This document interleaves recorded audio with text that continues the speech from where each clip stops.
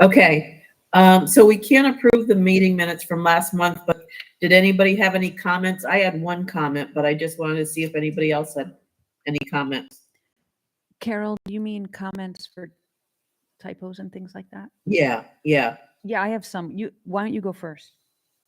I just had one. It's on line 84, where Mr. Bonilla mentioned an arborvitae variety, which is deer resistant. It was Green Giant, so I just thought we should put that in so we would make sure we remembered what it was that he had mentioned. Agreed. That I think is. Chris, I think Chris is trying to say something, but no, you weren't. It looked like your mouth was moving. Here's Amanda. Yay. Okay, now you can take action on the minutes. Oh, okay, great. Amanda just joined. Great. Okay, so Carol, let me do a quick roll call. Okay. So now we have Amanda Matuzik, Chris Zimmerman, Amy Lewinsky, and Chairperson Carol Carey. Great. So Amanda, we're just going over the meeting minutes to see if there's any comments. And now that we have a quorum, we can also vote to approve them. So Amy, I think you had some comments. Yes, thank you. Okay. Line 69. It says, Ms. Hawansky noted that near the parking area, a perennial garden was going to be planted. And the first time I read it through, to my ear, it sounded like, yeah, we're doing it, was going to, agreed to be planted. But it's not being planted necessarily. We don't know if it's being planted. So I'm wondering if we can change that wording. What I meant was, hey, weren't we promised a perennial garden? But I don't think it's going through. Is there a way to change that wording to be more reflective of what I meant? Mm-hmm, definitely. Thank you. Line 83, where we just were, Ms. Hawansky suggested the tree council match the trees already proposed on the property, except for adding more boxwood. So I was reflecting on that and I wasn't 100% sure what I meant. And so do you think if we're looking back, I think I meant to continue some of the themes, but specifically not to add more boxwood, not continue so much that we get to a monoculture.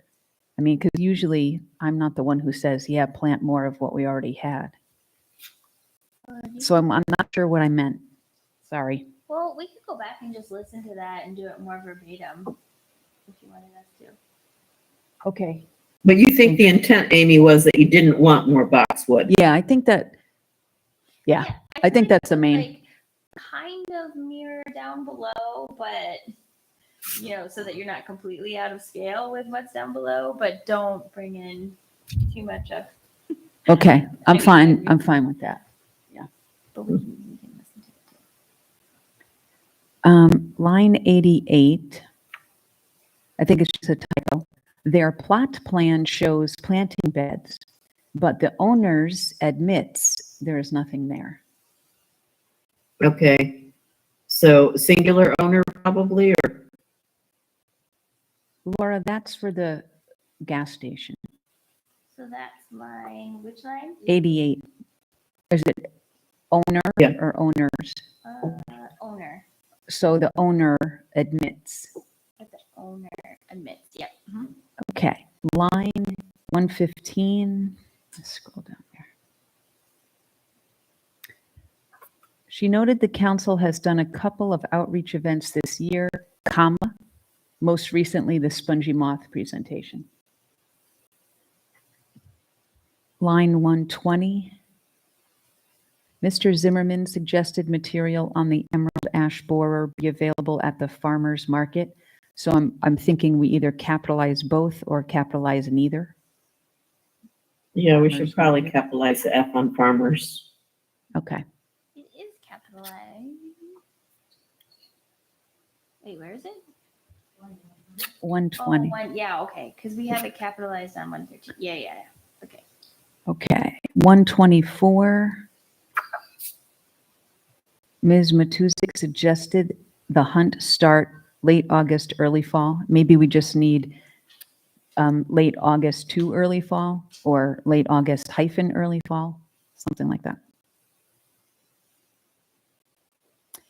And then later in the minutes, there was maybe this is new business, actually not, maybe it's not a change in minutes, but I was wondering if the planting project that we had done previously on Dean Street, there was a cross street called Webster, and the tree was planted too close to another tree, and we had asked Soil and Water if they could move it, and Laura and I were not sure yet if it was moved, and I drove over there, and it is moved.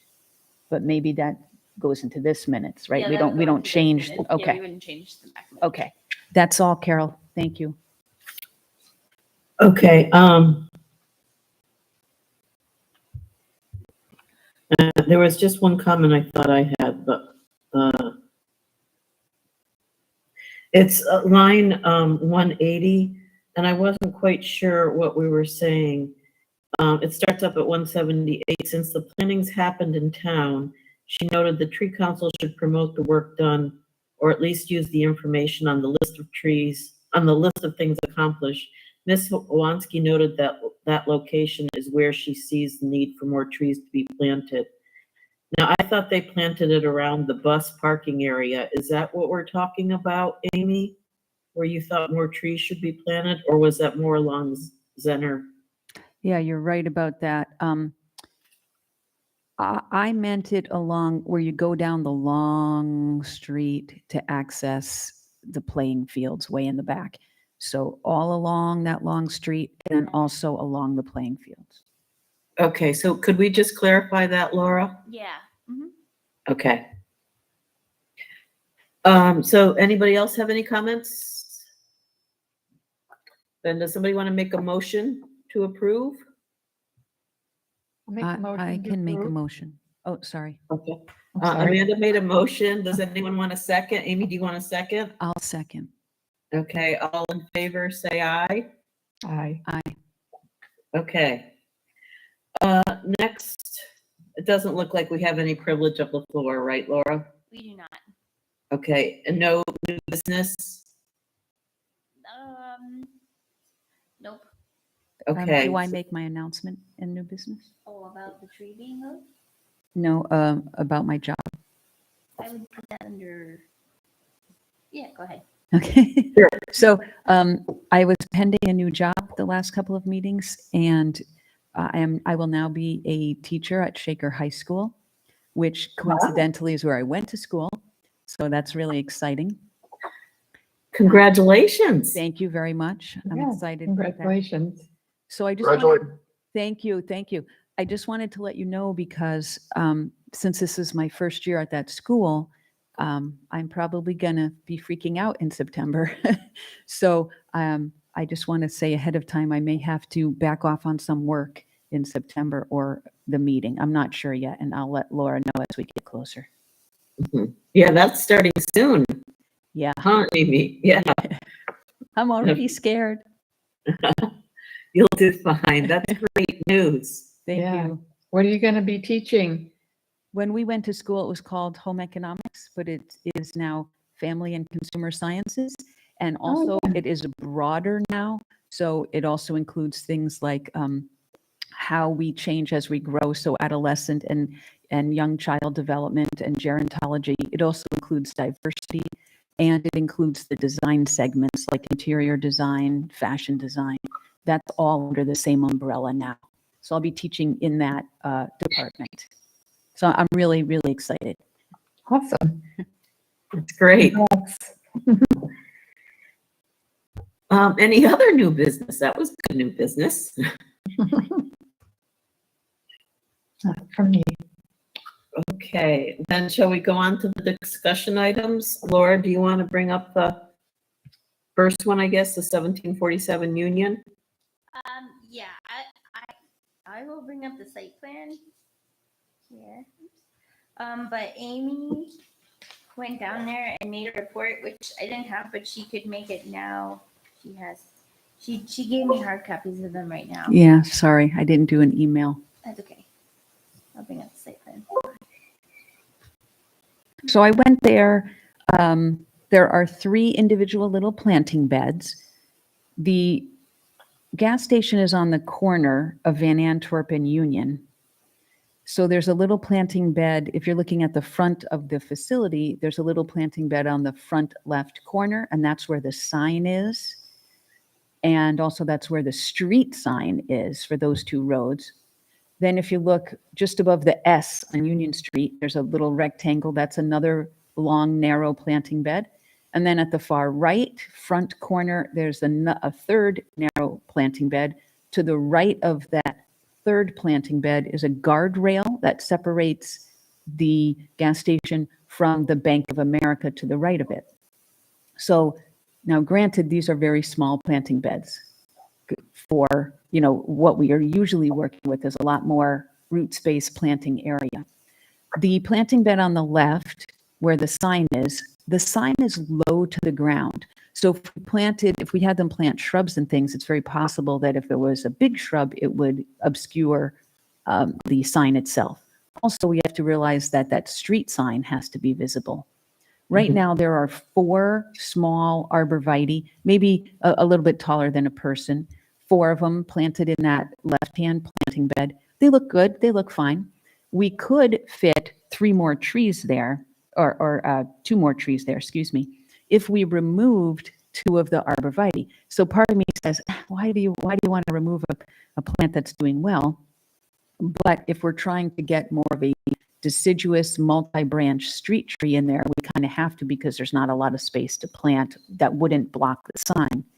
Those trees would have to be very narrow. So at the bottom of the report, I've indicated some trees that could work along this whole strip, and I'll go over that at the end. Then in the middle section, just above the S in Union Street, I think you could fit 3, pick 3 of the same trees, put 3 in a row.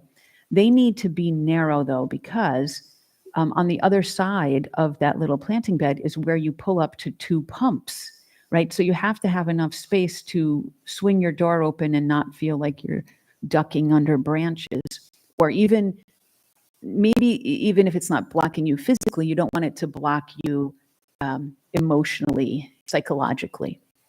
So they would have to be narrow trees also, but I think you can fit 3 there. Then on the far right corner, there is a very large shrub in the middle of the planting bed. And in fact, it really shouldn't have been planted there. It's in maturity too big for the site, and it reaches out into and obscures part of the sidewalk. And that's in the center of that bed. To the left of it is a small arborvitae that looks fine. And the big shrub looks very healthy as well. Still, there is enough room to plant 2 trees. One on the left-hand side where you see the little curve to that rectangle, and one on the right-hand side before you get to the guardrail and before you get to the property of the Bank of America. The one where the little curve is can be a bigger, wider tree. There's a bit more space there. The one on the right-hand side near the Bank of America, again, needs to be a slender tree. So maybe we're looking at things that might be a little bit harder for the business owner to find. I'm acknowledging that because of the narrowness. We could do a columnar crabapple, like there's a cultivar called Emerald Spire that stays very maybe narrow, maybe only 8 feet wide in full maturity. A columnar English oak, a columnar sweet gum, which I think we used on Ray and Cornelius. Yeah, those were beautiful. Yeah. And if the committee would allow, in this case, a Rose of Sharon to be classified in this case as a narrow tree and not as a shrub, he could use those. There's a new cultivar called White Pillar, and there's another one called Purple Pillar. And these will be 10 to 16 feet tall, but only about 4 feet wide at maturity. So it has a columnar tree look. It doesn't take up as much space and is normally classified as a shrub. And then maybe a narrow ornamental pear like Chanticleer. So with the pear, you would have white flowers in the spring. Usually, I'm not a big I don't like to recommend pears because we have, they're, in my opinion, they're overused because they're used a lot in mall parking lots and bank parking lots. But this is one case where it would work. So are there any questions on that overview? I had a question about taking out the arborvitae on the corner if they're doing well. Yeah. Laura, I don't know what your thoughts are, but wouldn't they, I would think they might balk at that, so. Yeah, and just like with the drought, I've been going around and like things that were even planted a year or two ago are dying. So I don't know. It might be better to keep if something's living in through our weird weather, you might want to just Yeah, I acknowledge that that's a harsh ask to take out something, you know, it is smaller. It's not what we would normally classify as a street tree. That would be one view. Hey, it's not really what's on our street tree list for a canopy tree. However, it's starting to do its job there. It's greenery. It's an evergreen, so it's there all winter. It's looking fine. So I'm kind of torn on those. There are definitely, though, could be added in that blank, that rectangle of the S, because right now there's not a single thing in there. It's just some weeds. Amy, what if we put, what you had mentioned, the Columnar sweet gum, a couple on that one by Bank America? Could we put one or so in the middle one and have a little bit of the same sort of tree, whether it's the Columnar crabapple or the Columnar sweet? Yes. So I thought that for this whole entire site, you could fit 8 trees if you wanted to. So 3 on the left-hand side if you took out a couple arborvitae, 3 in the middle without taking out anything, and 2 on the right-hand side. And yes, Carol, that it would look very dramatic if they were all the same. That it would be a unifying element. Yeah, especially dramatic if they're a narrow columnar. You get that really amazing vertical line in the landscape. And Chris, I think you were going to say something. Yeah, I guess I didn't get the context of this entire project. Maybe we discussed that. I forgot. So like, what is exactly, like, why are we reviewing this? Is this a construction project? Yeah. I think that's a lot. Additionally, do they have a landscape designer or? They do not have a landscape designer. They're proposing to put an addition on the existing retail kind of service store, convenience store. And so because they're touching the site, the planning board was looking at parking and traffic flow. And one of the things the planning board and the CAC brought up was that there's planting beds and there's not a lot of shade for the sidewalk walkers. Even the Complete Streets, I think, brought this up, that it would be really nice if this person is going to get the benefit of an expansion, that they take care of those planting beds and do some upgrades to that site. And so at the planning board level, the applicant wasn't sure he'd be able to fit the trees. So they specifically recommended it to the tree council to see if we would recommend putting trees in the medians. And it sounds like we do. And I will have, say a caveat that, of course, it all boils down to the 811 dig safe report if the tree can fit in there with the utilities that are underground. I mean, I think that's always going to be part of whatever we recommend. So I was just curious about like what is in the surrounding area. Is there any opportunity to provide some continuity between this and then other kind of businesses on Union?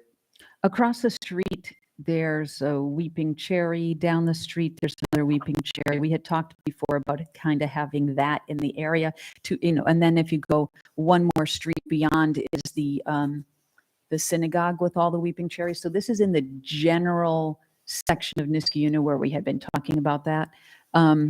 Farther up the street a little bit is Dean and Cornelius, where we just did that planting project 2 or 3 years ago, where we had ginkgos and sweet gums, and there's some existing silver maples on in that section as Union connects with Balltown. But as you go lower toward Stewart's and such, there aren't as many street trees. It's very bare in that area. I think it would look nice if we had a few of the same type of tree, a columnar tree. But versus just randomly putting in. What we were seeing there, Laura, is that one of the beds right there? That's the right-hand bed. And just Okay. off screen to the right is the Bank of America. So see where Okay. that little tiny baby arborvitae is?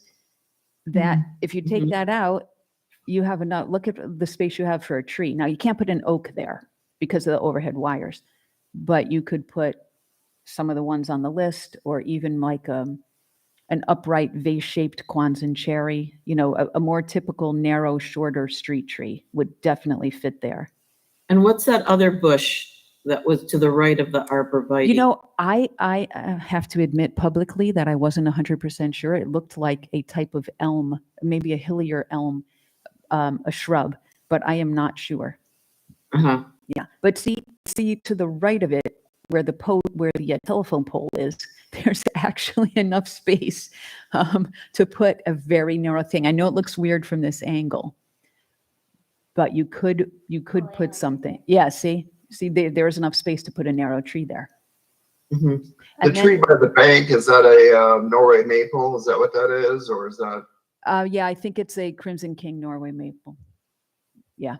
But- And then Laura, if you go that way to, and you see that bare rectangle that's in front of the pumps, there's nothing there right now. Yeah, so I mean, you can just see there's like no street trees anyway. Yeah, so right there, There you totally put street trees.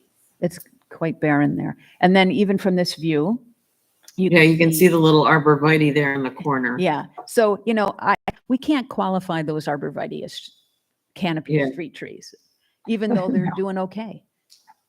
Just as long as you have the sight view at the corners. That's what I'm Right, concerned exactly. about. Like, we need to make sure that, because, we're recommending trees, but then how do we consider that? Yeah. The sight lines, and are we responsible if we recommend something that blocks the sight line? So let's say in a perfect world, when these existing arborvitae get bigger, they are going to be about 4 feet wide in maturity, and theoretically, they would cause more of a sightline problem than a single trunk of a tree at, 6 inches wide. So I think we would be okay to have a tree trunk there, which we have on other streets. However, I continue to acknowledge that I don't like asking someone to rip something out that's doing well. If you looked at this whole entire front, it's not a very decorated or inviting or lush or welcoming front right now. And I don't mean that to sound harsh to the owners, but there's a lot of potential to put stuff there. So even if we said like, gee, trees are going to be an issue, there should at least be small shrubs there. There's enough space for shrubs that are 3 feet tall by 3 feet wide. That's a complete given. There's tons of space for that. But Complete Streets was saying, like, if you look up and down the street, like, Yeah. there's no shade for people who are walking. So Yeah. if there's they were just wondering if there's a way to put a shade tree there, they would think that would really help pedestrians. Yeah, there is space. So Especially in the one that we're looking at right now that has nothing in it. Yeah. like 3 slender sweet gums would be just beautiful. Or Yeah. I mean, really, any of them would be awesome. Bigger would be So- nicer. So what are we congealing on here? It sounded like we want to do the same type of tree and it's got to be columnar. And do we want to give them just a couple different possibilities? I'm not a big fan of the pear, even if it's not. I know. Yeah, I What's the- hear you on that, Carol. Yeah. I personally agree. I have a bias against the tree just because it's overused. Unfortunately, I also acknowledge that the other ones I suggested are harder to find. So I Mhm. thought that if they made a solid effort at finding the other ones and they just couldn't, the pear could be the fallback. But that pear's invasive sometimes. Isn't that on our do not plant list? Laura, it's hard to hear you a little bit. I thought that pear was invasive sometimes and it might be on our do not plant list. I don't know that either way. If is it on our plant list? I don't think it's on New York State environmental, is it? The Bradford and the what was it? Caloriana. Yeah, No, the but I thought the Chanticleer might be also. Oh. So Chanticleer is a cultivar of Caloriana. So I did not know that they were on the New York State invasive list. I don't think they're on the New York. Well, I'm I not think sure. that, yeah, potentially, I think that I don't know which ones, but I think that's how they're becoming invasive, is that they are cross-breeding, and I don't know if it's become a problem in Ohio, here in New York, but in Ohio, when I last visited there, it is everywhere. But I don't know this specific, so it's a cross between, I think, a couple of these different pear species, but I'm not familiar with this particular variant. So why don't we stay away from that? Okay. I would go with the sweet gum or the crabapple as suggestions. I like both of those. Okay, Good to me. okay. And that we want them all of one type to add consistency there at that corner. Yeah. I Yeah. think that would- My only comment on that is, again, they're going to be harder to find. So if we gave them more choices, they might have more success in Okay. finding them. Well, we could add in the English oak. How do you guys feel about the Rose of Sharon? Do we add that one in too? I would rather add the Rose of Sharon than, I don't know what the English oak is. But So we do it's have wires. it's actually, a traditional looking oak leaf, but it's so tight that it becomes columnar. You know how wide a regular oak tree is, Yeah. right? And we don't have to worry about the wires, Amy?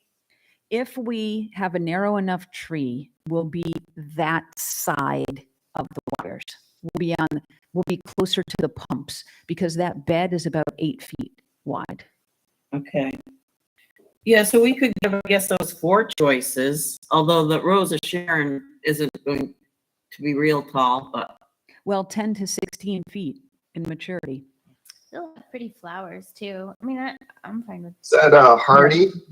Is that that's a pretty tough site there. So it it's is- gonna get salt. it likes is, full sun. It is winter hardy, yes.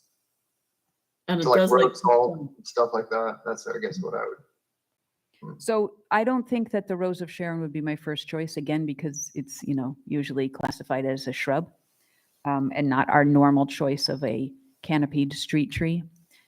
But I think it's just going to be hard for them to find these other 3. So I thought what options would fit in that same kind of silhouette. So let's say that the other 3 are our top choice and kind of put them in the order, and then Laura, say if they really can't find the others, the Rose of Sharon would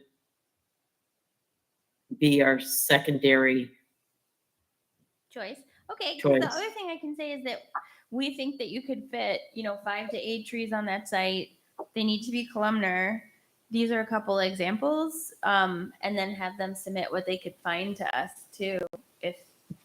Yeah, and they all have to be one type. And they all have to be one type, and then maybe leave some of the searching to them too. We could do. I mean, I think we should include these as ones that we would like and approve, but also, like, if they can find a columnar that's salt tolerant that can go there, like, Right. that'd be fine too.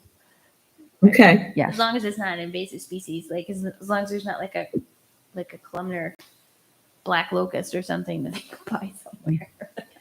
I think that we may want to, for these folks and also in the future, make sure that we're explaining. I think sometimes people don't realize that there's so many different cultivars. Oh, I got a crabapple. Why aren't you approving it?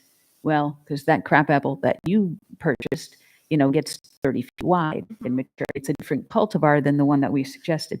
So, and I think people get confused about that. So I'll explain the columnar part. yeah, thank you. Yeah, and Amy, you'll give them the species and whatever for the columnar ones. Yeah, I did a little kind of like a summary report thing, which I handed in to Laura. Okay, great. Which I already wrote over, but that's So should we move on to Empire Drive? Yeah.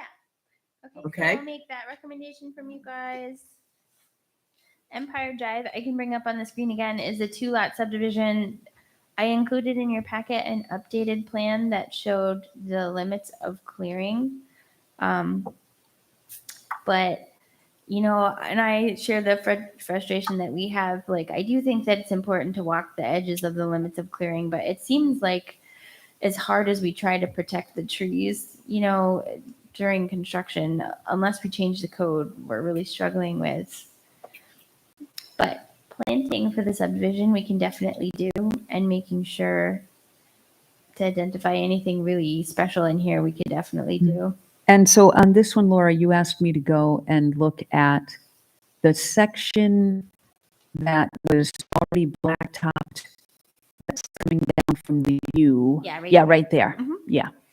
Because you were hoping to get 4 trees, 2 on either side. In the area. Yeah. They could kind of fold that onto Empire Drive too, but I think Empire Drive already has some trees. So when I went there, there are already some trees on that little access port. There on the left-hand side is an existing dogwood, kind of in the middle. And then on the right-hand side are 2 baby small fruit trees. I think they might be peaches, and they're planted closely together more down toward the bottom of that access port. However, there is still room to add trees. So you could add on the right-hand side one that is further away from the Empire, from the U, farther down into the port on the right-hand bottom corner. There could be 1 tree added. There could also be 1 tree on each of the curved areas, left and right. Yeah, right where your arrow is, right there. There's enough to add a tree there. Also, you asked me to go through this subdivision to see if maybe anywhere else we could put them. So as I was driving through, there's house number 60 and 64. There's a large lot to the right of the house. There's space for trees there. Also, there's a fenced off water retention area in the development that's big, and trees could be planted all along the right-hand side of the fence and all along the front of the fence that parallels the road. There's a lot of space and a lot of open space. Those could be big trees in there. We don't have to go get something like a slender silhouette. We can get some big trees. And I drove around through the whole development. There are a lot of existing houses in the development that could have an additional tree.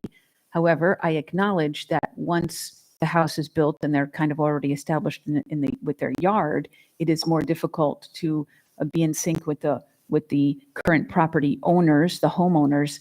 Maybe they don't want another tree. You know, it's kind of after the fact at this point.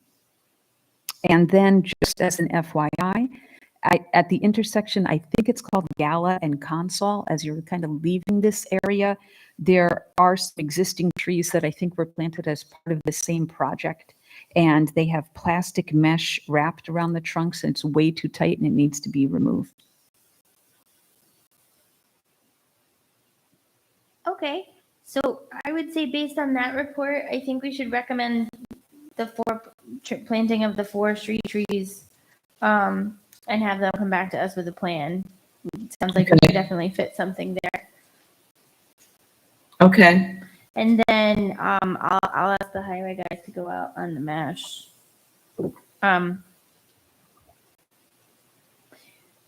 Do you guys want me to organize a site walk into the forest here just to see if there's any type of vegetation or tree in there that is super special? We probably should do that. Great. Well, hey, if we go now, it won't be -20 like it usually is. It'll be 95. Yeah, 95. We never get just a plain day. Just so we get a sense of the forest and, you know, if there's something in there that we really want to push to protect. Yeah.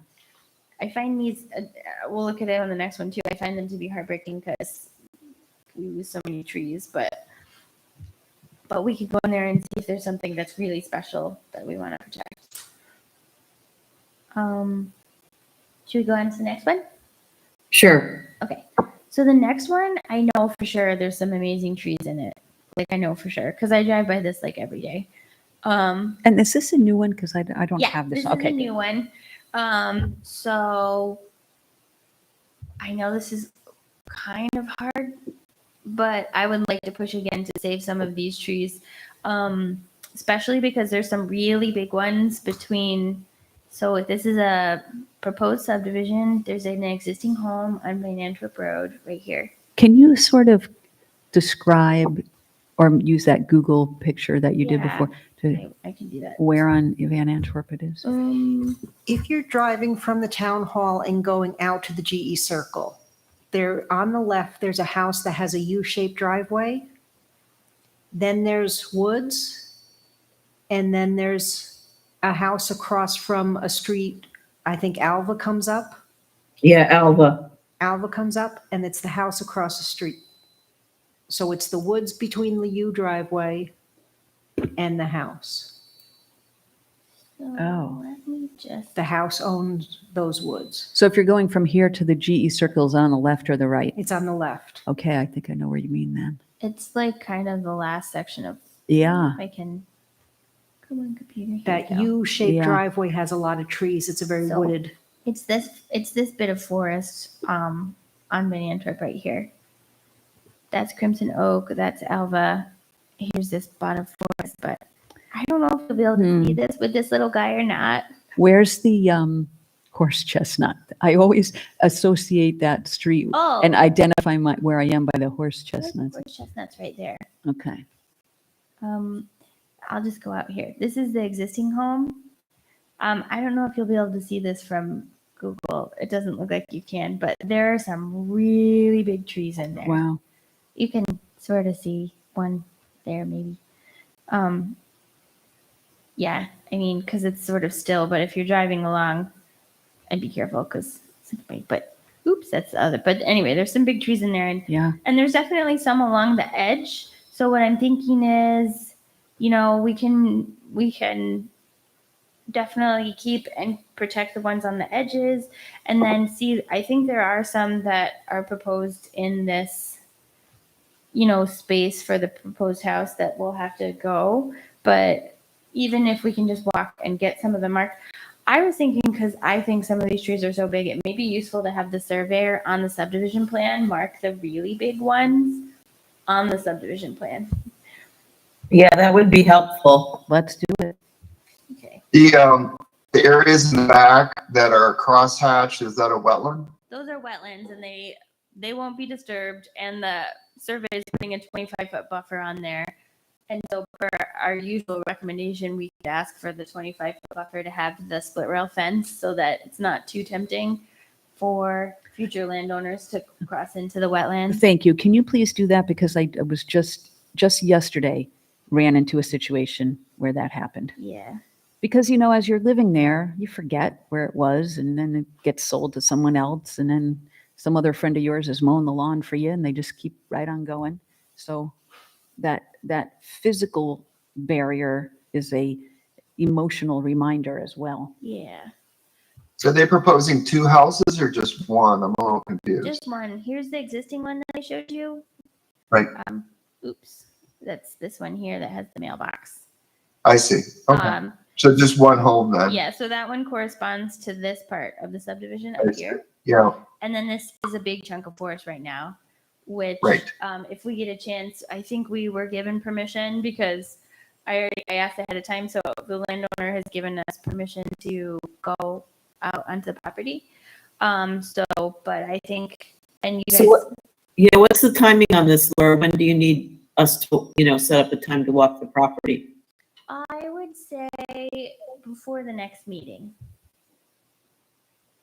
Okay, do we want to try to tentatively set up a date now? Chris and Amy, I think you two would be key, if possible. Yeah, Chris, you're really good at walking the sites.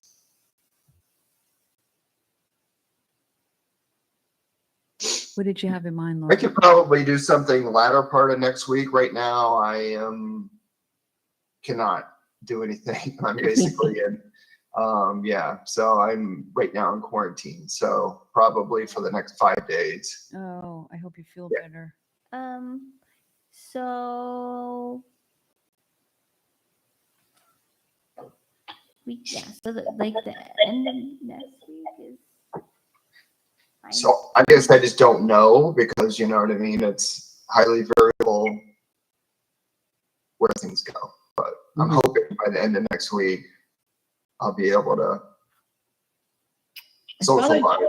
I thought I just heard that they gave up the quarantine, the CDC did, Oh, really? as of today. But, Really? You don't know 5 days? I just saw something on that. Yeah. I know it. Like what I thought the recommendation was 5 days, And then 5 days um, with a mask. right? And then after that, you could, Yeah, 5 but- days home, 5 days with a mask, and then you're free. Right. But CDC's new COVID guidelines are intended, oh, that's not it. There was something about dropping dropping something.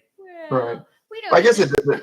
Anyways, I wouldn't feel right about it. Yeah. Yeah. Right, right. You know what I mean? So I'm hoping that I think that probably, yeah, by the middle of next week, Thursday, Wednesday, Thursday, I don't know what I'd be more than willing to go out and take a look at it. I think that I'm probably realistically thinking it's Wednesday of next week or Thursday Mhm. Yeah. or Friday. If Wednesday, Thursday, or Friday are all okay for me. Yeah. More- Yeah, Thursday would probably be Thursday or Friday would be best for me. So maybe even Friday is usually a light workload for me, so that would be best. Yeah, I mean, could we do like a early Friday morning? I can do that. Can you do that, Carol? Possibly. What about you, Amanda? I mean, too, if I guess the question would be just to kind of divide and conquer. I know you guys just did some stuff, so I don't think we all need to go. Well, I mean, that's that's my recommendation, unless you want to, Mhm. just because I'm happy to kind of check it out. Okay. And if one other person wants to join me, that'd be fine. Yeah, but it's totally your prerogative. I know you guys just did the farmers market, right? So Yeah. I just don't want to tax you with more obligations, right? As So, for me, I'm gonna be on vacation next week, so. Oh, there you go. so Amy and Chris, do you want to try? Chris, definitely will work with you, and Amy, if you can also attend. I can make Friday morning too. What's that? I can make Friday morning. Oh, too, yeah. so. Yeah, no, Laura, we'd like you there. Yeah. Yeah, I guess you have to be there, Laura, right? I guess technically, if we're going to somehow mark trees that are of significant. I think I decided I always want to go out with you guys because of that one time when Yep. people were yelling at Yes. me. Yeah. I don't really want to send you out without an employee that can kind of be like, if you have an issue, call me. You know what I mean? Right. What time? So did yeah, you do? so if you wanted to send me a calendar invite for Friday morning, I'm open right now. So Yeah, I'll put it in there. So what do you guys think? Like 8:30 or 9? Like what works for you guys? 9. 9? Will that 9 work for you, Chris? yep, that sounds good. Okay, I'll do it for 9 a.m. And I'll send you guys the invite. Thank you. Great. Okay, good. Okay, so next are the ongoing projects, Rivers Ledge Senior Building. Okay, so I didn't obviously put these in your packet. I'll just go through them quickly. Rivers Ledge Senior Building hasn't updated its Is that this? not yet. Okay. Rivers Ledge Senior Building hasn't updated its landscaping plan, but they said yes to all of our recommendations on that. So that's to be in the future. GE Research Building has not submitted a building permit. So these are just our ongoing projects. That one doesn't really have an update. Celts Farm. That one I have. Yeah, Amy did a walkthrough there just to do, an on-site report on it. And then I can turn it back over to Amy if you want to talk about Celts a little bit more, but Vincenzo subdivision, I received the escrow for them to plant trees. I submitted to them, I mean, I think you guys, I don't even know if some of you remember, we walked that like 2 or 3 years ago, like pre-COVID. Wow. So, Yeah. but I submitted our notes and our site plan from that, and so I believe he's working on planting 12 to 16 trees out there, and I received the escrow for it, so that's moving forward, and that's exciting. That's Good. that on Vincenzo. So for Celts, I think we wanted to see if we could add more trees, and also provide ideas of other bigger trees to make him change his planting plan, because he just had Norway maples and also not enough trees. So, and this was also tied into, we were a little upset about the pollinator pathway kind of going away. So at this location, are you able to do a Google thing? That is so helpful. Technology. Although it may not show very well because it's new. Well, the pathway is sandwiched tightly up against a water retention area that is fenced. So if you're leaving the subdivision and you're walking along the pathway into what would be our current Windsor Drive, the water retention area is on your left, and there's no space between the fence and the pathway to plant anything. But if you're continuing along that path on the right-hand side, there's a huge amount of space to plant. As you're walking along, as you pass the pond on your left, shortly past that, it opens up a bit more, and there's a section that's bigger and can have some big pond-related plants, such as a whole collection of willows would be really cool in there, including weeping willow, pussy willow, blue Arctic willow, dappled willow, and maybe some other water adaptable plants like dawn redwood might be neat, or larch, which I need to add to that. And on the right-hand side, as we continue to walk, we have a huge amount of space that can be filled in. I think since we have probably lost our pollinator pathway, which I'm not happy about, I think that all of the trees and shrubs we recommend should be supporting pollinators. So I made a list of potential ones. They also include larger trees as well, such as redbud, certusberry, dogwoods, and the dogwoods could be Florida dogwoods, Coosa dogwoods, or Cornelian cherry dogwoods, which would be really great. They have red fruit for the birds. Could also include 7 sunflower, which we can't really use oftentimes as street trees, and they're harder to find, but this would be a perfect place for them because they're not on a streetway. They have a space to kind of branch out. They're a cool tree that is multi-stemmed, and one branch goes over here and another branch goes over here. So it makes it awkward to use as a street tree. When they're mature, their bark peels off, amazing bark, interesting in the winter. They have clusters of white flowers, 7 white flowers, hence the name 7 sunflower. And the sun is sun daughter, not sun moon. 7 sunflower. They flower extremely late in the season, late August, early September.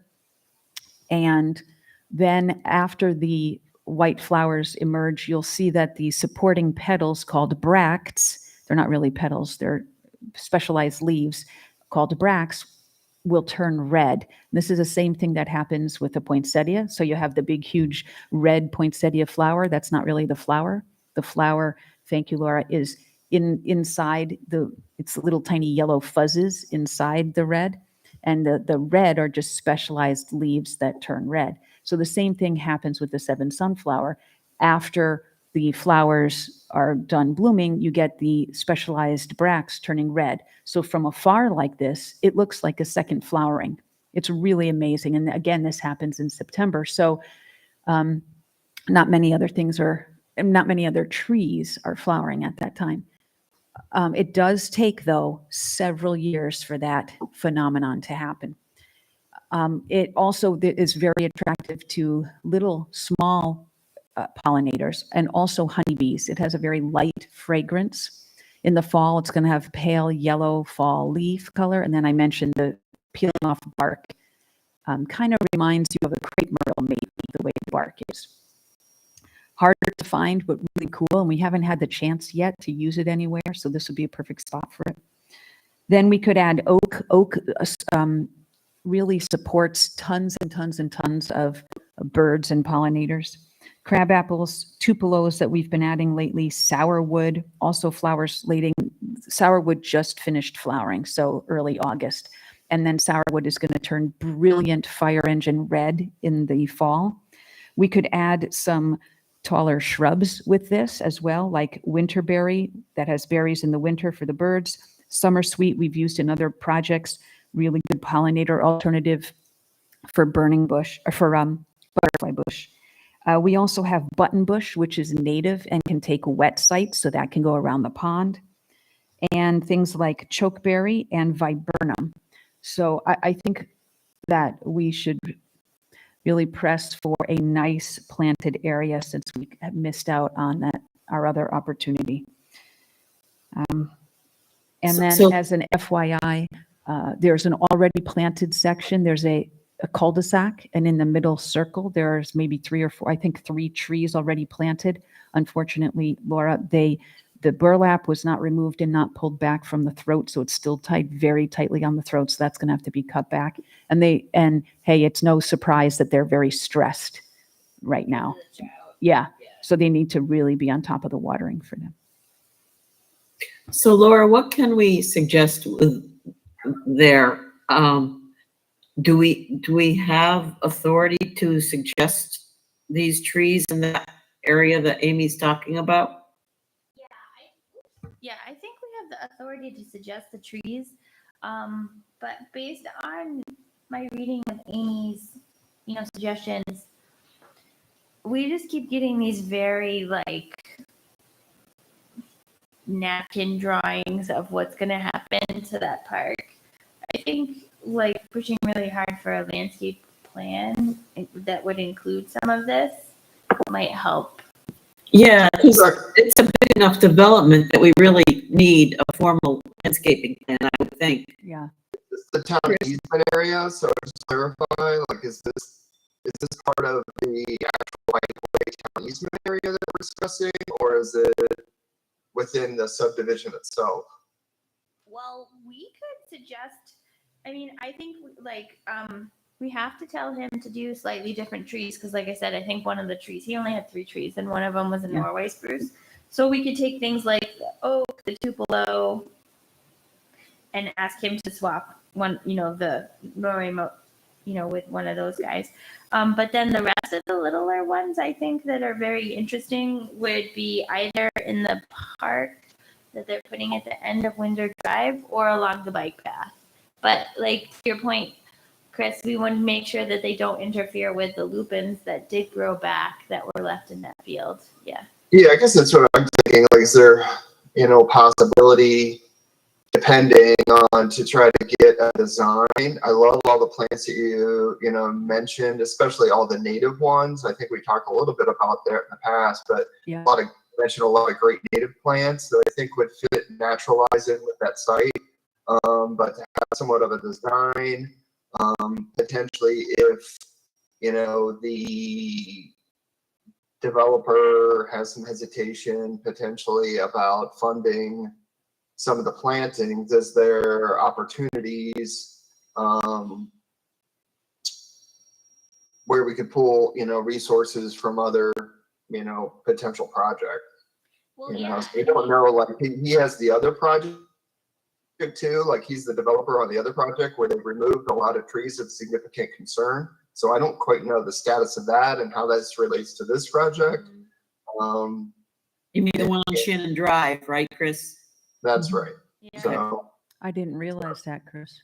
Well, he was the developer there and promised, and that's why I think you guys share my frustration. I tried so hard to make sure that the limits of clearing were adhered to on that subdivision, and although he did not do that because he sold those lots, and he has recently put in the split rail fence, at least to protect the town property from any further clearing. Well, it hasn't had any clearing, but I see. So he sold those, so it's he not. sold those. Like, well, he made promises and made the limits of clearing like workable, but as soon as they were sold, the next person was Right. like, I don't want any trees in my yard, which, And also, Laura, weren't they much bigger houses than what was supposed to be yeah, on that land? they were, yeah. Yeah. So that idea is kind of out then. But anyways, I guess you know what I mean. Because I I like mean, your you idea there's no way to enforce that with him. But Well, I guess no, I'm just they thinking can't. if there's opportunities to kind of fund kind of Amy's vision. I think, bringing in a lot of those pollinator, trees and shrubs. And like I said, I think it's great. A lot of them were native. But we just need to think about maintenance. I remember that was one of the big concerns that the town was like, well, who's going to maintain those? But if we did more of a naturalized planting, so I definitely think we should be able to get a formal plan Yeah, because as what he's planning on doing, and we approve it versus, like you said, the back of a paper napkin. yeah, it's been really Um, hard. But another thing that we could think about is if he, spent the money on a formal design, but it went beyond what the planning board had set aside for the funds to build that park, is at least we'd have a plan that we could work on. And then, like if there was some end of the year money, we wouldn't be scrambling around to find stuff. We could be like, oh, well, we need 7 sunflowers right here. Like, let's just grab them, because we would have a plan that we could just start filling in. So, and, So at So is one point, step we, here, in is it- our the next minute, step pushing for a plan, so we don't really have an actionable item here. We need a plan yeah, so I for think him. the notion So, I wrote. and just what's the timing? What sometimes happens is they jump the gun and start planting stuff before we even kind of approve it. So when is he trying to plant, and when, we'll have to back that up as to when we can get the plan to look at it and approve it. So I think his plan is the fall because he doesn't want to plant right now with the heat. Right. But I do think that he does want to plant this in the fall and be done with it as much as he can be. Right, so it's 2 months from now. Yeah. in our previous meeting minutes from, from the ones we just approved, there was mention of, at one point, a perennial bed. Now, I'm not talking about our pollinator lupins, but a separate perennial bed. And that's when, and homeowners said, I don't know about that. And then Laura, you brought up the good point of, hey, who's going to maintain that? But I'm thinking exactly what Chris is saying, which is it's a more naturalistic area. You're not out there trimming with hedge trimmers. We're not making these into little round balls. They're taking up more space. It's kind of rough mulch underneath. We're not having a bunch of perennials. They're big shrubs allowed to go to their full size and create a more woodland-like feel. Yeah. And then the lupins that exist in the field that was left, They're still they'll there. be fine. Yeah. Yeah. Mhm. And they don't need to be maintained. Yeah. So when can we ask them to have that, just so we have time, so that we aren't given like just a few days and then. I feel like I could try really hard to see if we could get something for our next meeting, but a plan like that might take a while. Like, I feel like you should hire. Right, Mhm. because the next meeting's September, and then if we Yeah. need to look and approve, it's gonna be pushing October when he's planting, or even later, so. Yeah. So is it his obligation to develop the plan, or I guess that's what I'm a little confused about, does he have a site design when the subdivision was approved? Was there a landscape plan part of that? So the subdivision was approved with the street tree planting plan, but the street tree planting plan didn't include the parkland improvements to the end of the Windsor Drive stub. And I don't even put what he's given to us in the packet. I may have it on me, but it really is like a hand-drawn sketch of like, here's a gazebo, here's a perennial bed, it's not measured, it's not really figured out. It's like, let's pop the gazebo up and then throw some seeds into the ground and see what happens. You know what I mean? It's Yeah. not really a plan. I think I agree with everyone. I think we need a plan. Certainly whoever he hires to do that plan can go beyond what, these are just suggestions and ideas of things that would work. If they have some other things that, hey, I didn't put on here, okay, we're happy to look at that. Chris or Carol, one of you said vision, that my vision. And I tell you, when I got out of the car there, you're so right. I said, oh my goodness, we could do this could be amazing. There is so much potential along that pathway for an amazing experience that is also supporting the environment. And I'm just sick to my stomach thinking that it's going to be wasted. I felt that way when I was there. We really have to try our best to use this area well. And then also, Laura, I think you might have asked me to look at the entrance where this subdivision street attaches onto River Road. And I don't think I did that, and I apologize. Because I think you said there was room up front for a few trees there as well. Yeah, I think there might be, but we can focus on the bike path. That's more important anyway. Yeah. Okay, so what we'll do is do a real hard push for a better design, or potentially see if I can even hire it out. I can try. And try and bring something back for September, possible. It's gonna be tight, but we can try. Yeah, and maybe give Amy suggestions in, what we give whoever. So, Yeah, I'll give them this whole list because Amy gave it to me. So yeah, okay, good.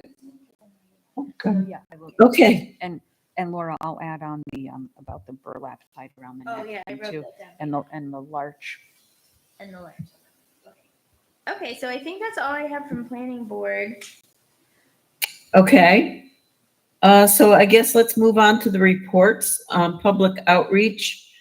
So we did have the farmer's market last weekend, and Amanda and I manned a booth, and we did have some people, not a lot of attendees. I think a lot of people go just to shop and pick up their vegetables. But one person came who had attended the spongy moth seminar. And we talked to some other people.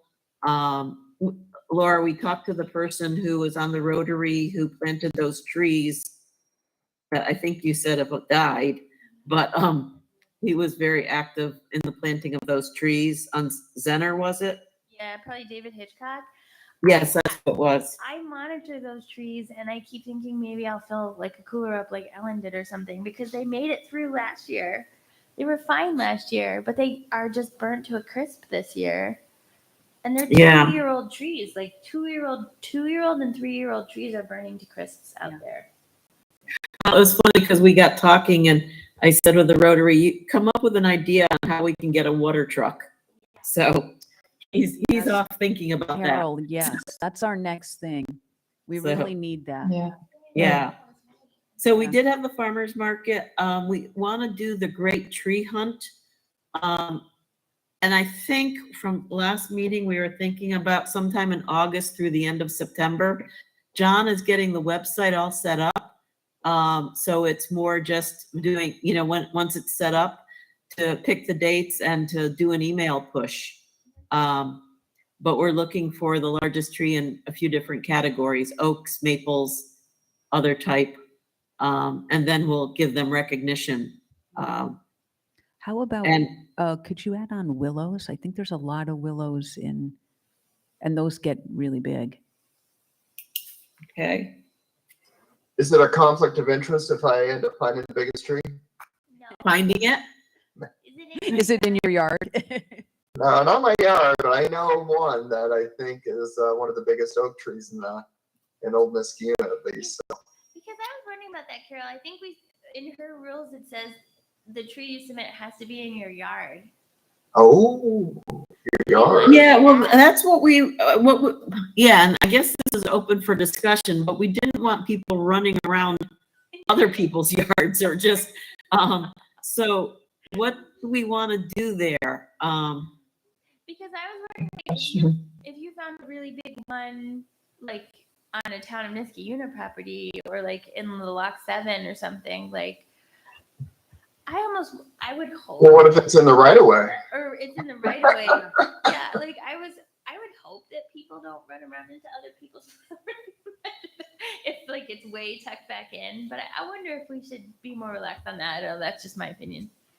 Yeah, well, what are people's thoughts? Chris, like, where is the tree that you're thinking? Is it on somebody else's property?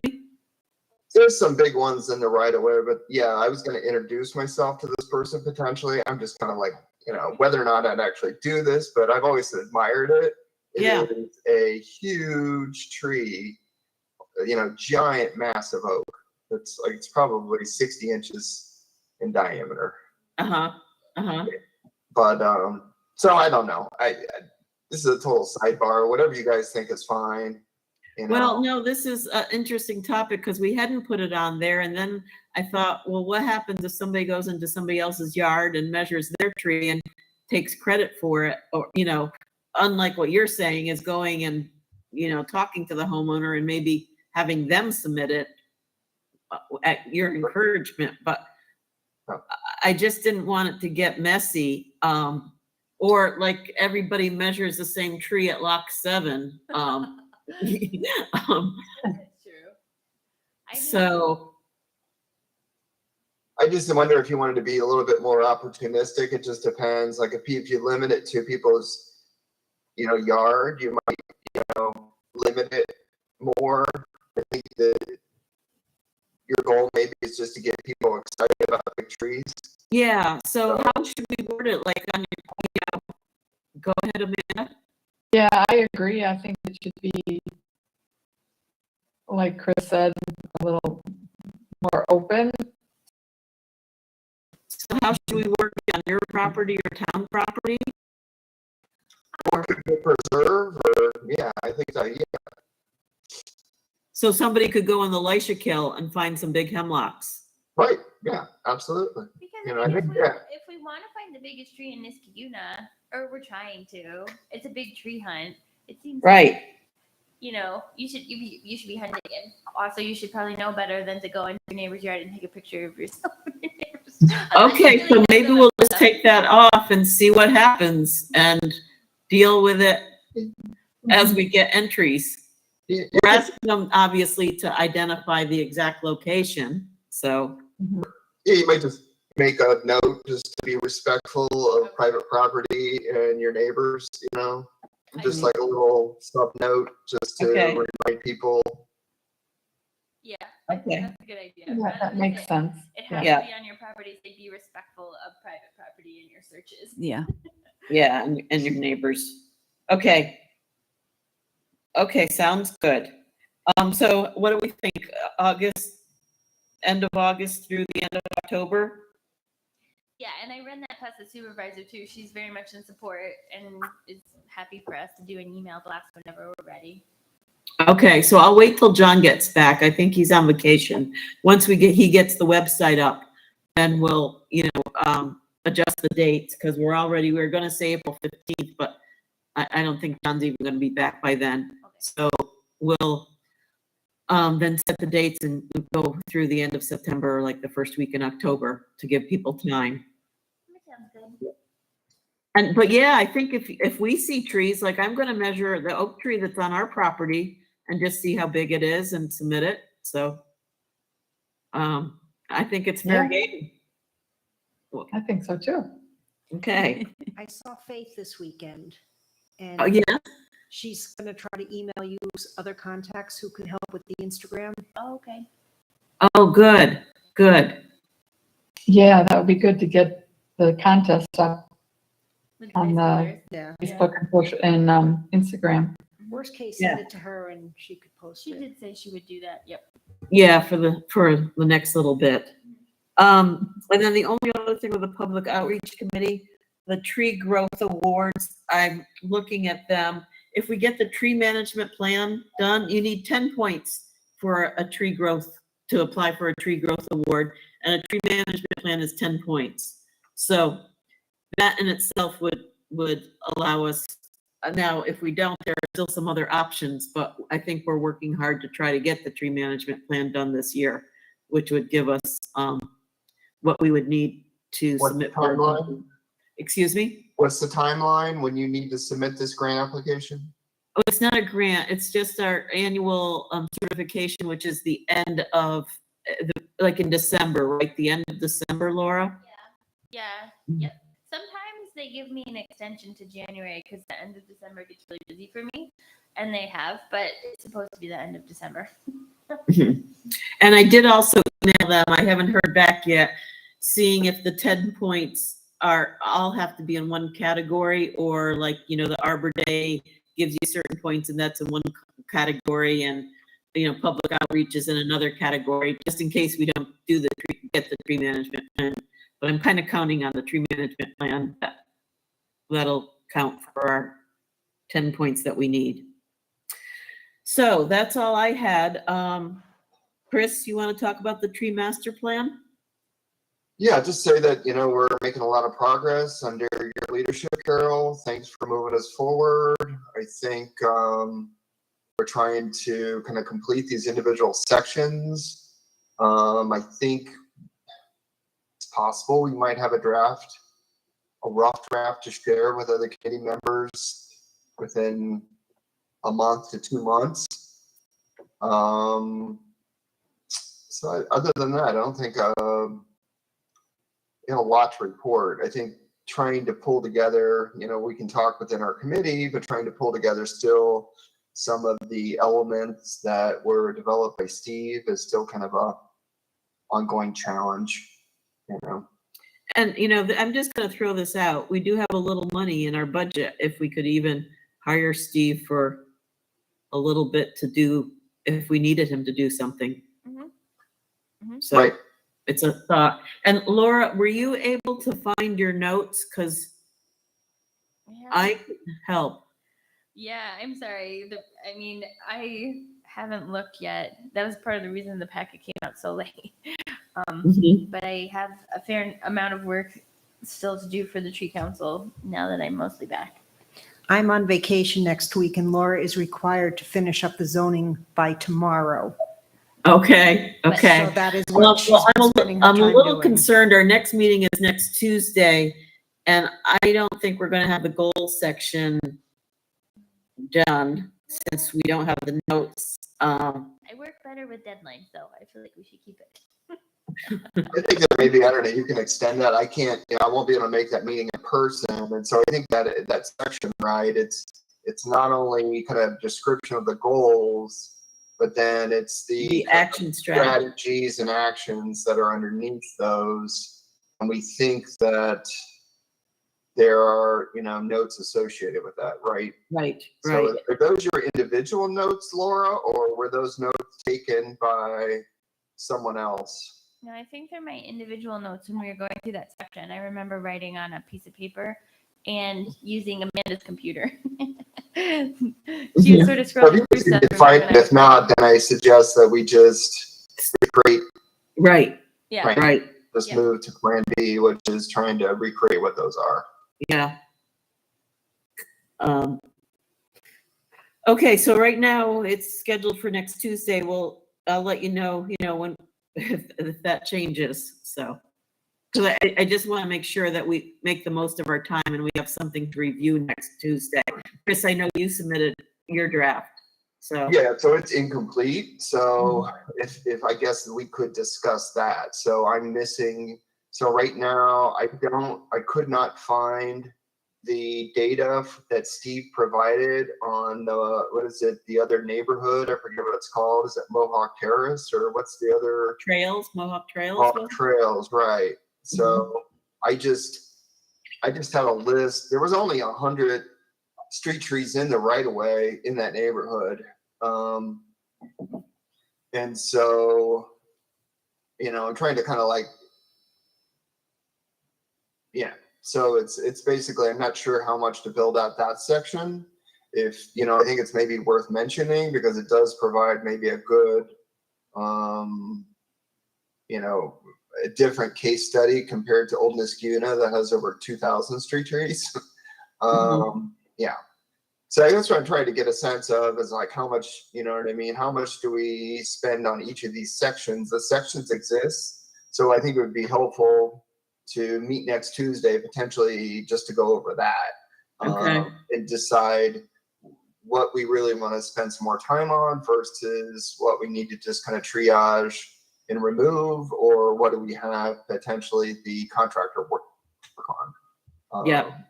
And then there are those kind of metrics that we need to kind of evaluate based on like composition as well as kind of tree structure and size. And so I've been looking a little bit at that. Yeah, so I think that was Richard's tree distribution, you know, so I'm trying to figure out how to couch those, and I've found some other kind of references. So there's there's more work to do there, a little bit more than I had anticipated, but I think we're pretty far along. Okay, and then Laura, you were also supposed to give us the map of the Niskayuna neighborhoods, identify like Chris was saying, Old Niskayuna, Mohawk Trails, and then also the tree planting, tree removal data for the past few years. Oh, yep. Right. So the neighborhood, I would put at this point, Laura, that, you know, this would be my own personal opinion. If we could get that neighborhood map, because we can't describe the neighborhoods Yeah. in the plan until we get that, and maybe that's something else somebody else could write, so we could kind of tag team on some of those things. And then, but also the plantings and removals, I think, It's key. is key. Yeah. So I think, you know, whereas some of this other stuff might be ancillary, but obviously the notes to the goals and the actions are. Yeah.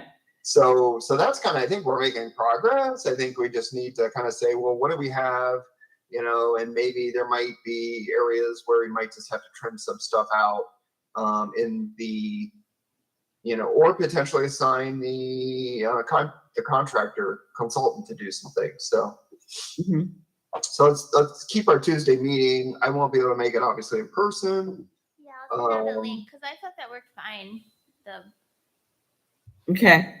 Right. So if you could try to get by Tuesday, Laura, if you had to prioritize, my hope would be the removals and tree planting data, and then that map.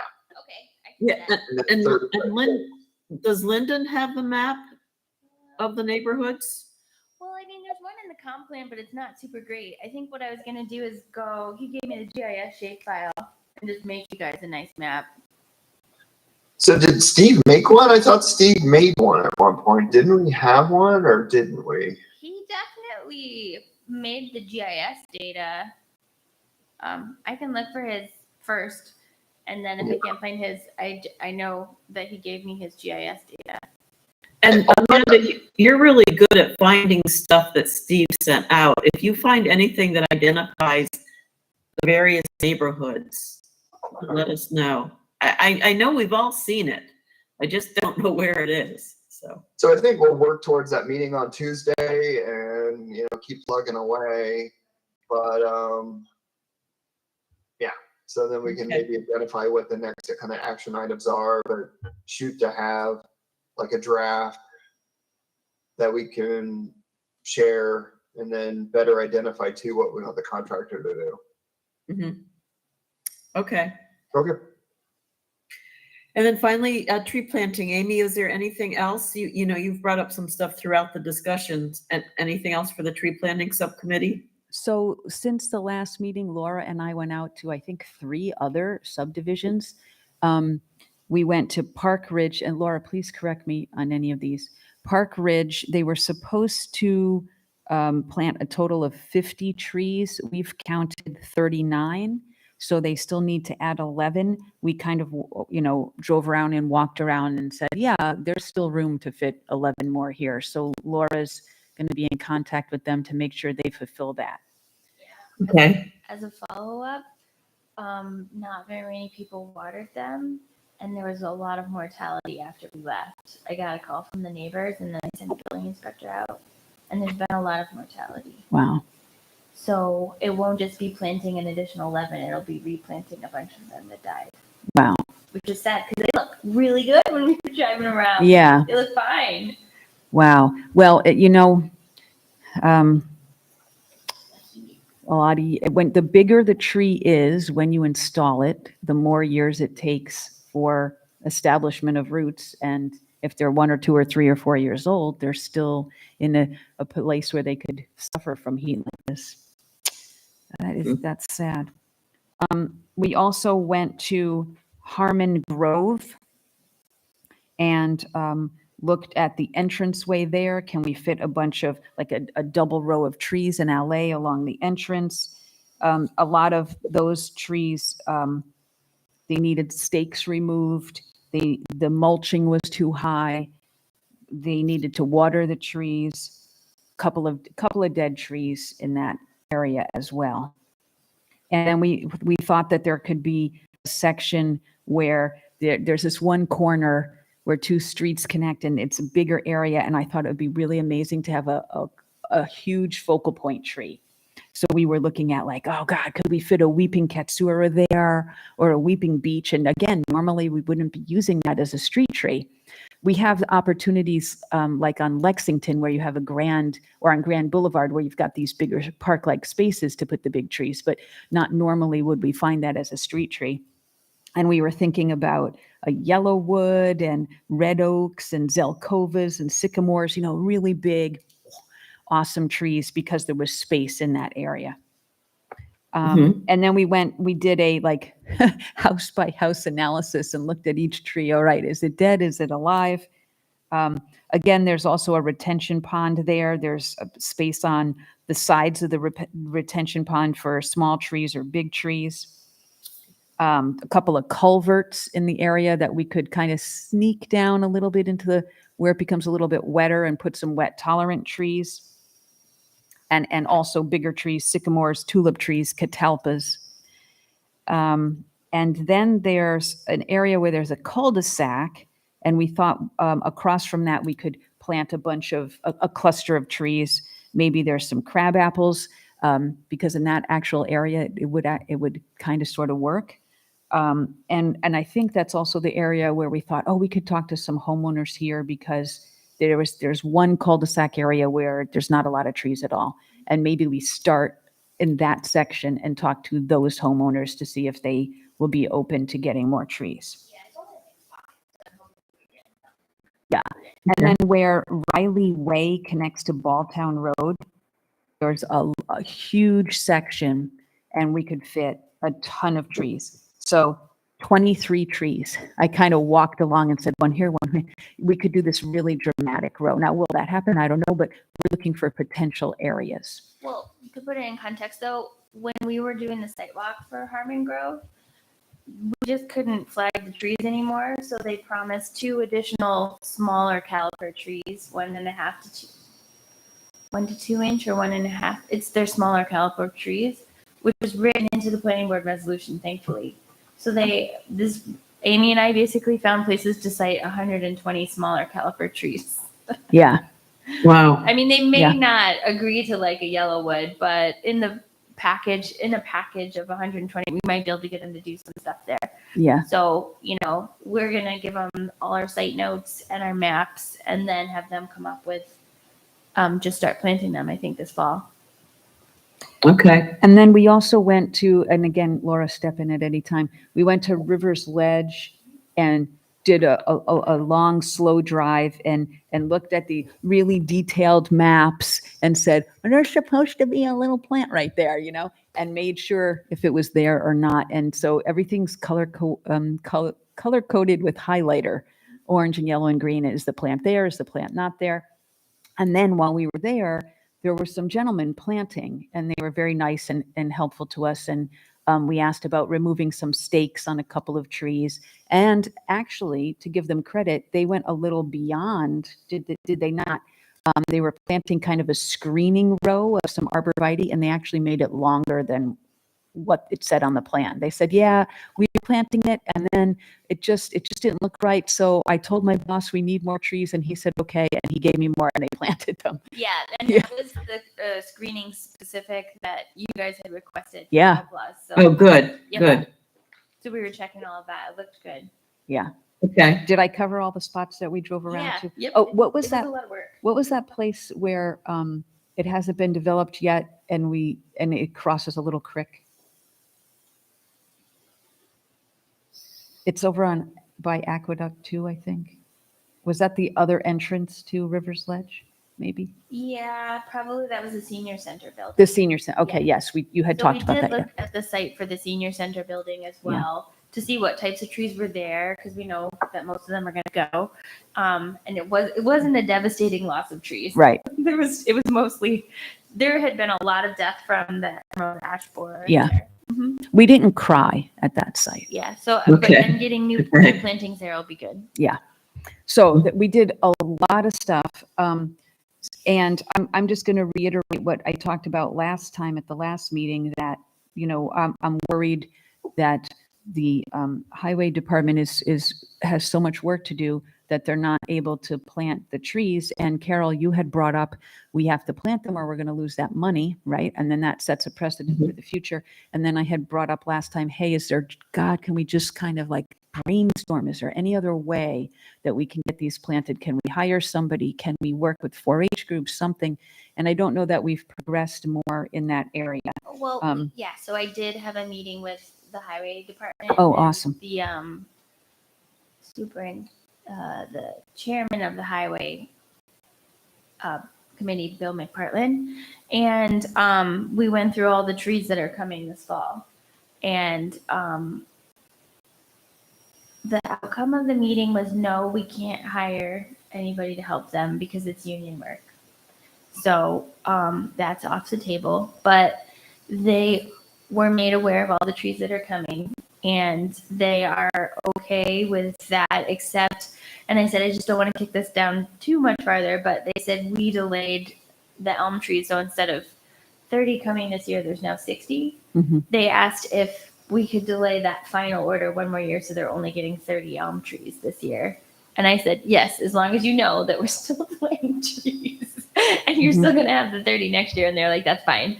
So we're going to half the elm trees, which should help them this fall. And then they've agreed to plant all the other ones. They also agreed to supply the lists to us and did think that it would be helpful for us to do the outreach to the people like we used to do. That is so awesome. Thank you. Thank you. Thank you, Highway.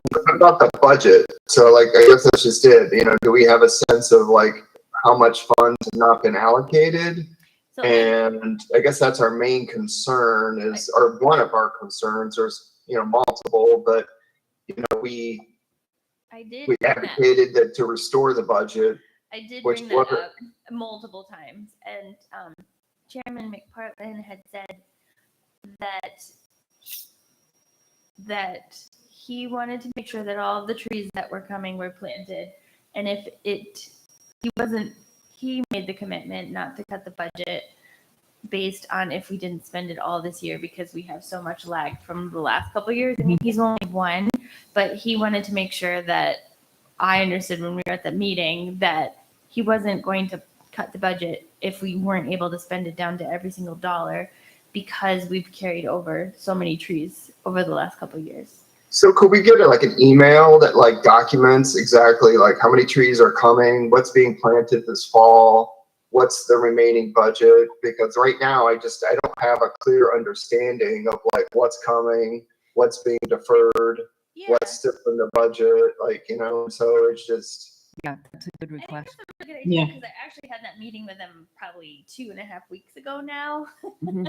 and he still don't have the planting list.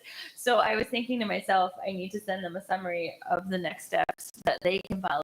Yeah, I can definitely. Thank you. guys Can on you that. copy us on that or Yeah. copy Carol as the board chair? Because I guess that's what I feel like, we made a commitment as a committee to write that letter, and I just, I think it's really positive and great that the meeting went so well. I just want to make sure that we kind of get some better understanding of what the agreement was so that we can follow up with it adequately, and so that we have a commitment to that those funds are rolled over to next year, and we can come up with a better plan of how that work should be completed moving forward. Mhm.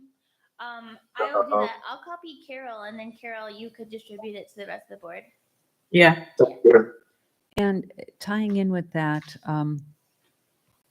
is it crazy to ask if some of that money can go toward a watering truck? I bring up the watering truck all the time. Because here we're losing all these trees that we're not watering, and then we don't have the manpower to plant, and then we have this money. It's this big vicious circle. Yeah. But I guess the question with that, I mean, I think it's a point for like a future discussion. So if they can't plant the trees, if they don't have the capacity to plant them, or do they have the capacity to water them?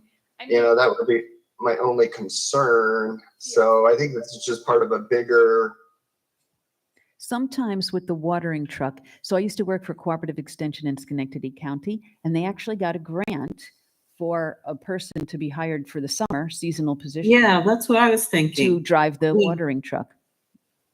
So I mean, I guess let's just say that's all part of like a bigger budget ask. Yeah. You know what I Yeah. mean? And then because we could be also asking to, you know, for seasonal part-time people to be planting trees. So Yeah. just trying to get a better sense of like, well, I totally understand that maintenance is key and we are losing trees. I'm just trying to figure out like what is the, you know, the key elements, so that maybe it's just a point of future discussion of like, what are our critical needs to be able to achieve our planting goals, Yeah. you know, and then also to achieve survival. You know what I mean? I think that the water, I'm not like poo-pooing. I don't know if that's the most articulate way of the water truck, but I just, you know, think strategically of like, well, here's our whole maintenance plan. Another thing too is just mulching around some of the public trees. I know on the boulevard, the planting that we did, some of those trees are, I think, dead because of the maintenance. They all have scars from weed whacking or you're from correct. lawnmowers around them. So Yeah, and when we were talking to Dave Hitchcock, you know, he was suggesting maybe could we share one with a neighboring community that already has one that we could just use occasionally. So I think there are things that we can be that could help solve this. We just I don't know how we engage the highway department to help us with this. So And I think had it's like- also mentioned before, you know, can we have have the homeowners have a more bigger role? So can they help pick the tree? Can they help plant the tree? It's my little baby tree. I'm going to take care of it. I'm going to water it with my kids. I always go back to let's do with, let's not do to. And sometimes when we plant trees, we're doing it to them. Okay, you're going to get a tree here. Here you go. You know, instead of kind of doing it with them. Or can we be doing some 4-H projects or Boy Scout projects where we've got volunteers who are taking on some of the roles that they're allowed to and won't cause union problems. But with all of this going on, I've been hesitant to you know, like try and force any more new plantings. So that's why I've been trying to do volunteering with Laura at some of these site reports. So I'm still participating somehow in. Yeah, we're getting the developers because Yeah. the developers have an obligation and, you know, we'll spend the money and making sure that we're still getting 120 trees planted in the right of way this year. Like it makes Right. a big difference. Right. Yeah, I think an email summarizing the meeting is a really good next step, which Carol can share with you. And then I would think that it would be good to have continued dialogue with them. Like you know, I'm willing to meet with them, and I think Chris, you had volunteered also. So with the highway department, just to, you know, establish that relationship. but yeah, the watering and the maintenance, like if we're able to get them to plant, you know, 30, 50 trees a year, but then 25 of them are dying because they're not being watered. Like, but this is an unusual drought year. Like last year, it rained all year. like last So year it was fine. So it's hard though, because like we planted all these trees last year. They all made it through last year and I'm super happy. And then a lot of them didn't make it.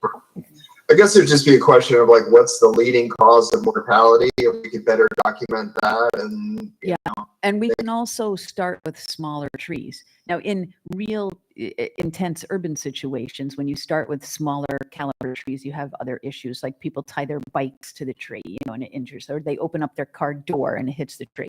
But we don't have that really intense urban situation, I think, in Niskuna, the way you would have it in, say, New York City.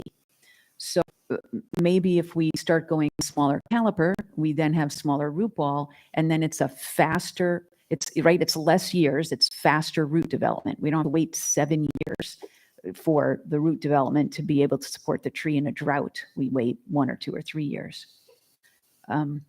This is something that these are items that we could put under, I think, our, urban forest management and tree maintenance piece in the management plan. Like these could be all things that we highlight. Do we think we know what the leading cause of mortality is, and what are those strategies and solutions? Like that's what we're talking about here. A watering truck, trying to mulch around some of our existing plantings and planting smaller stock. So I think these are all good ideas that we could include in that plan, which would then give us, then it would be documented, So yeah, I think these are all great ideas, and I think just trying to, I think that the email is one thing that's kind of, At least we'll have that documentation. Yeah, and then I think to your point, Amy, Paul mentioned that that he was going to kind of look into that. That was an idea I generated. Like, is there a way, like our Arbor Day tree giveaway is so popular? If we had a way to ensure that there were being planted street trees, Yeah. like could we just give away bigger stock? You know what I mean? Yep. Actual like bigger trees, like a 2-gallon potted tree. Right. It costs us maybe $20, but we're giving away 200 of them. I mean. Yep.